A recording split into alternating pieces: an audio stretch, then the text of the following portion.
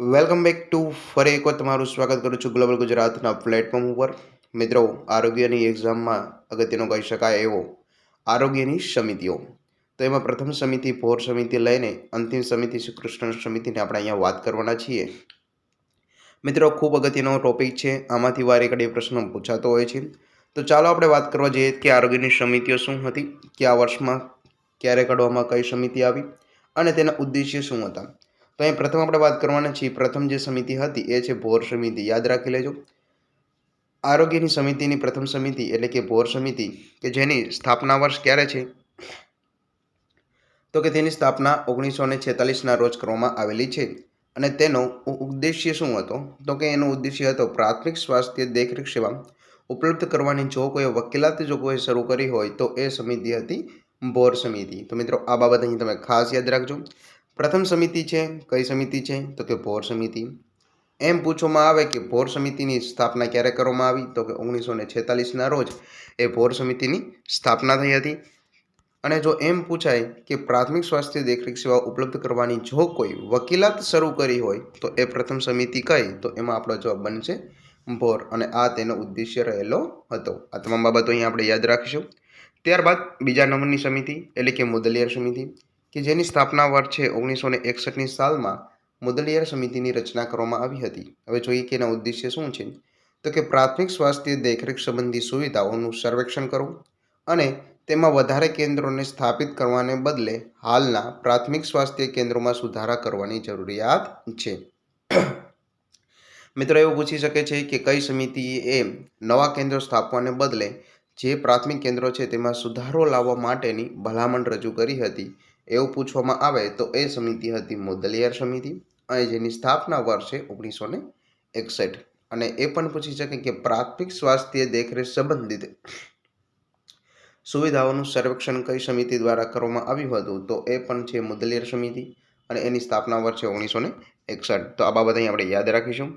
ત્યારબાદ છે ત્રીજા નંબરની સમિતિ એટલે કે ચડ્ઢા સમિતિ, જેની સ્થાપના વર્ષે 1963ના રોજ એની સ્થાપના કરવામાં આવી હતી.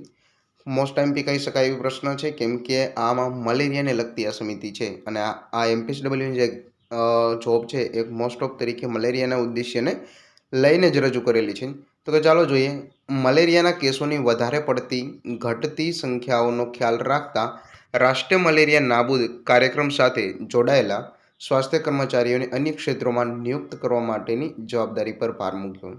એટલે મિત્રો, મલેરિયાના કેસો જ્યારે ઘટવા લાગ્યા ત્યારે આરોગ્ય કર્મચારીઓ જે હતા તેમને અન્ય ક્ષેત્રમાં નિયુક્ત કરવા માટેની ભલામણ એ કોને રજૂ કરી હતી, જો એવું પૂછાય તો એ સમિતિ છે ચડ્ઢા સમિતિ.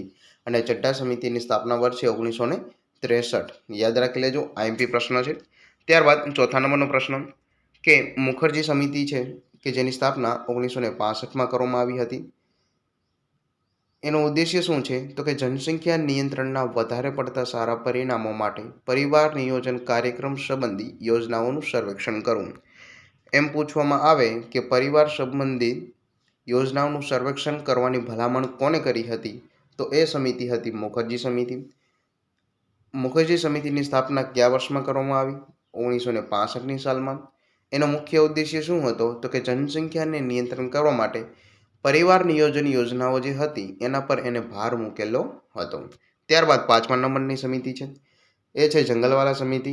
એની સ્થાપના વર્ષ પૂછાય તો કે 1967. જંગલવાલા સમિતિની સ્થાપના વર્ષ જણાવો, જવાબ રહેશે 1967. ઉદ્દેશ્ય શું હતો, તો કે એક જેવી સેવા વારંવાર ન થાય અને વધારે ખર્ચ ન થાય તેના માટે રોગોને અંકુશમાં રાખવા એટલે કે રોકથામ કરવી અને રોગોનો નાશ કરવા માટે યોગ્ય આરોગ્ય સેવા અને કર્મચારીઓને એકત્રિત કરવા. યાદ રાખી લેજો, કોઈપણ રોગોને અટકાવવા માટે તેમજ આરોગ્ય સુવિધાઓ મળી રહે તે માટે કર્મચારીઓને એકત્રિત કરવા આ મહત્વની ભૂમિકા કઈ સમિતિએ રજૂ કરી, તો એ છે 1967માં બનાવેલી જંગલવાલા સમિતિ દ્વારા રજૂ કરેલી હતી. તો મિત્રો, હાલ આપણે અહીંયા ભોર સમિતિ જોઈ, મુદલિયાર સમિતિ જોઈ, ચડ્ઢા સમિતિ જોઈ, મુખર્જી સમિતિ જોઈ અને જંગલવાલા સમિતિ જોઈ. અને તેની સ્થાપના વર્ષ પણ જોયું અને સાથે તેના ઉદ્દેશ્ય પણ જોયા. ત્યારબાદ આગળ છઠ્ઠા નંબરની સમિતિ છે કતારસી સમિતિ, કે જેની સ્થાપના વર્ષ છે 1973માં કતારસી સમિતિની સ્થાપના કરવામાં આવી. આઈએમપી છે, મોસ્ટ આઈએમપી કહી શકાય એવો પ્રશ્ન છે.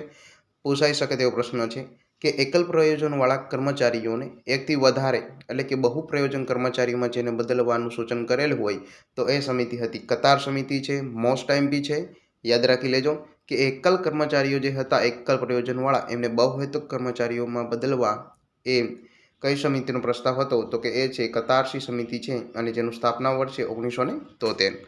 ત્યારબાદ છે શ્રીવાસ્તવ સમિતિ કે જેની સ્થાપના વર્ષે 1975માં એની સ્થાપના કરવામાં આવી હતી અને એનો ઉદ્દેશ્ય શું છે તો કે અર્ધ વ્યવસાય સ્વાસ્થ્ય દળ સંબંધી દ્રષ્ટિકોણ અને રોમ યોજના અથવા તો ચિકિત્સા શિક્ષાને પુનઃ અનુકૂળ બનાવવાની વકીલાત જો કોઈ શરૂ કરી હોય તો એ હતી શ્રીવાસ્તવ સમિતિ. અહીં યાદ રાખી લેજો કે રોમ યોજના હતી એ અને તેમજ અર્ધ સ્વાસ્થ્ય દળ જે સ્વાસ્થ્ય સંબંધી દ્રષ્ટિકોણ બદલવો અને ચિકિત્સા શિક્ષાને પુનઃ અનુકૂળ કરવાની જો વકીલાત શરૂ કરી હોય તો એ કઈ સમિતિ હતી તો એ આવશે આપણો જવાબ બનશે શ્રીવાસ્તવ સમિતિ.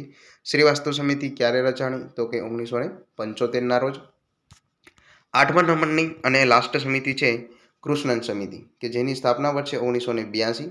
શહેરમાં આરોગ્ય દેખભાળ સુવિધાની ચકાસણી કરવાનો હેતુ મૂળભૂત સુવિધા ઉપલબ્ધ કરવી પ્રણાલી શહેર પ્રાથમિક સ્વાસ્થ્ય દેખભાળ પ્રણાલી.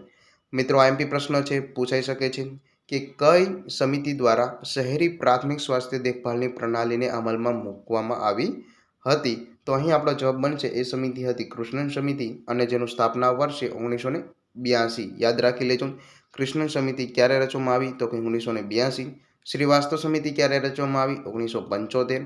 કતારસી સમિતિ ક્યારે રચાઈ તો કે 1973. તો મિત્રો હાલ અહીં આપણે અગત્યની કહી શકાય તેવી વિવિધ આરોગ્યની સમિતિ વિશે વાત કરી છે. જો તમને અમારી માહિતી સારી લાગી હોય તો વિડીયોને લાઇક શેર સબસ્ક્રાઇબ જરૂર કરજો, બીજાને પણ શેર કરજો જેથી કરીને બીજાને પણ લાભ મળે. Thank you very much.